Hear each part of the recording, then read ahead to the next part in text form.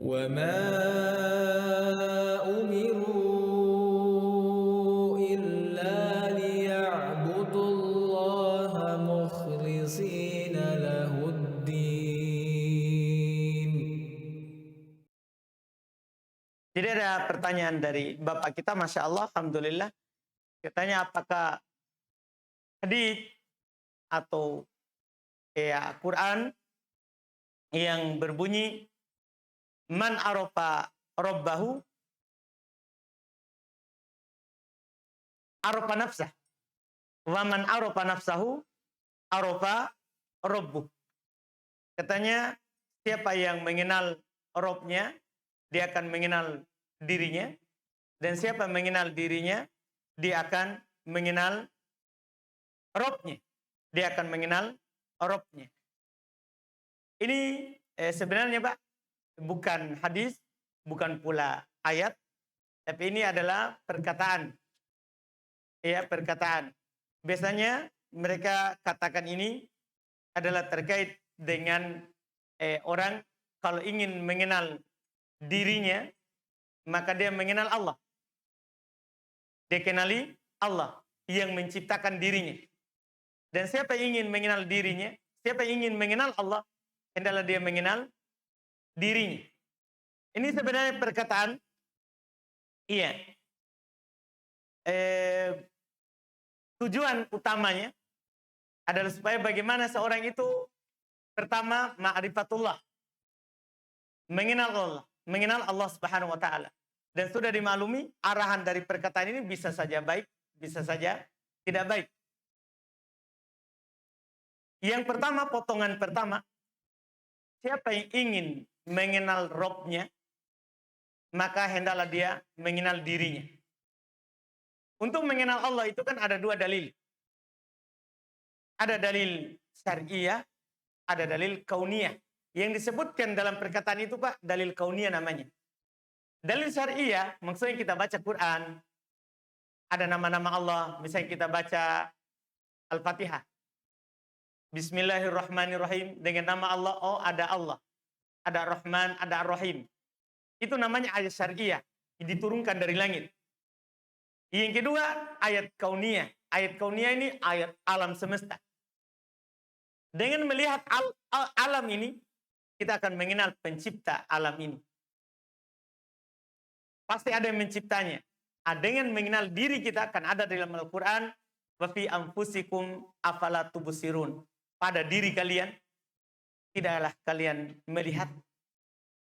Dan dengan melihat diri kita ini sempurna, ada tangan, telinga, mata, telinganya di samping bukan di jidat.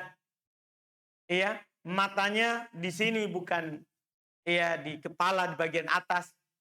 Dengan melihat ini kita mengenal Allah Subhanahu wa taala yang mencipta kita yang maha sempurna.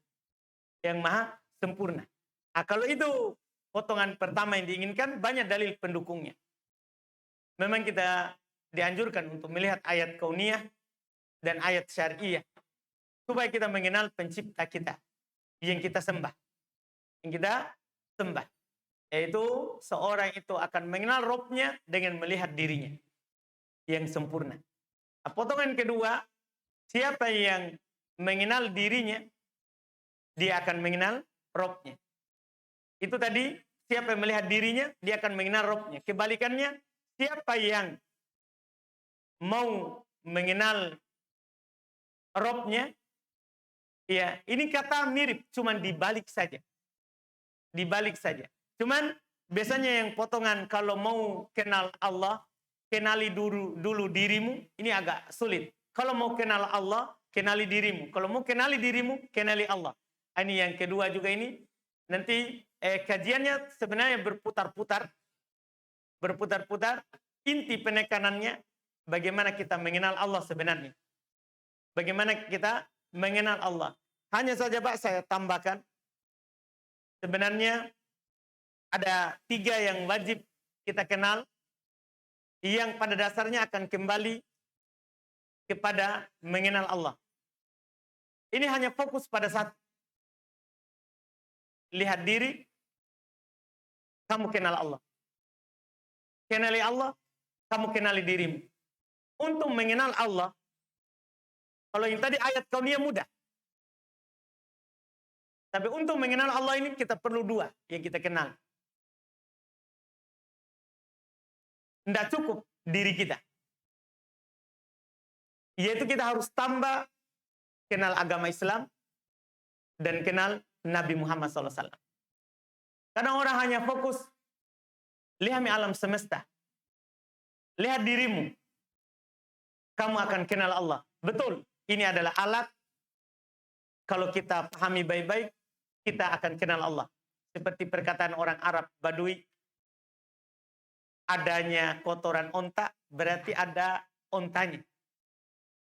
Artinya ada kita, ada yang menciptakan kita. Itu penting, sudah penting untuk kita menyembah Allah. Cuman harus disertai dengan dua. Supaya lebih sempurna. Kita harus kenal agama Islam.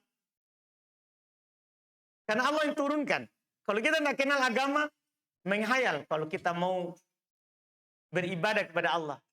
Hanya sekedar mengenal Allah, tanpa ada mengenal agama Islam, tidak terpenuhi yang pertama. Kurang. Demikian pula hal yang ketiga, kita harus kenal Nabi Muhammad SAW. Karena kita tidak bisa mengenal Allah, kecuali mengenal pimpinan seluruh para nabi dan seluruh manusia dari awal sampai akhir. Yaitu Nabi Muhammad SAW yang merupakan nabi terakhir, yang beliau sendiri katakan, ana sayyidu waladi Adam yaumal qiyamati wala fakhr. Saya ini pimpinan anak Adam. Pimpinan anak Adam, tapi tidak ada kesombongan. Seorang tidak boleh fokus pada yang pertama. Bagaimana dia mengenal Allah, lihat dirinya, lihat alam semesta. Itu bisa, tapi tidak cukup. Akan pincang nanti. Karena hanya melihat alam semesta, kita tidak bisa sholat. Kita tidak bisa puasa, tidak bisa zakat, tidak bisa haji. Makanya disebut oleh para ulama rahimahumullah, wajib tiga ini. Kalau mau kita selamat. Kenali Allah, agamanya, nabinya. Kadang di sebagian orang-orang tarekat hanya satu saja fokusnya. Pokoknya bagaimana kita ma'rifatullah, mengenal Allah. Ini tidak akan mungkin kalau kita tidak mengenal agama Allah yang diturunkan kepada Nabi Muhammad dan mengenal nabi yang diturunkan kepadanya agama itu sendiri. Agama itu sendiri. Lihat Nabi kita Muhammad SAW. Kenapa beliau adalah orang yang paling tinggi? Beliau imamul muttaqin. Pimpinan orang-orang yang bertakwa. Kenapa itu? Jawabannya satu. Karena beliau yang paling mengenal Allah. Kata beliau, inni atqakum lillah. Wa akhsyakum. Saya orang yang paling bertakwa kepada Allah.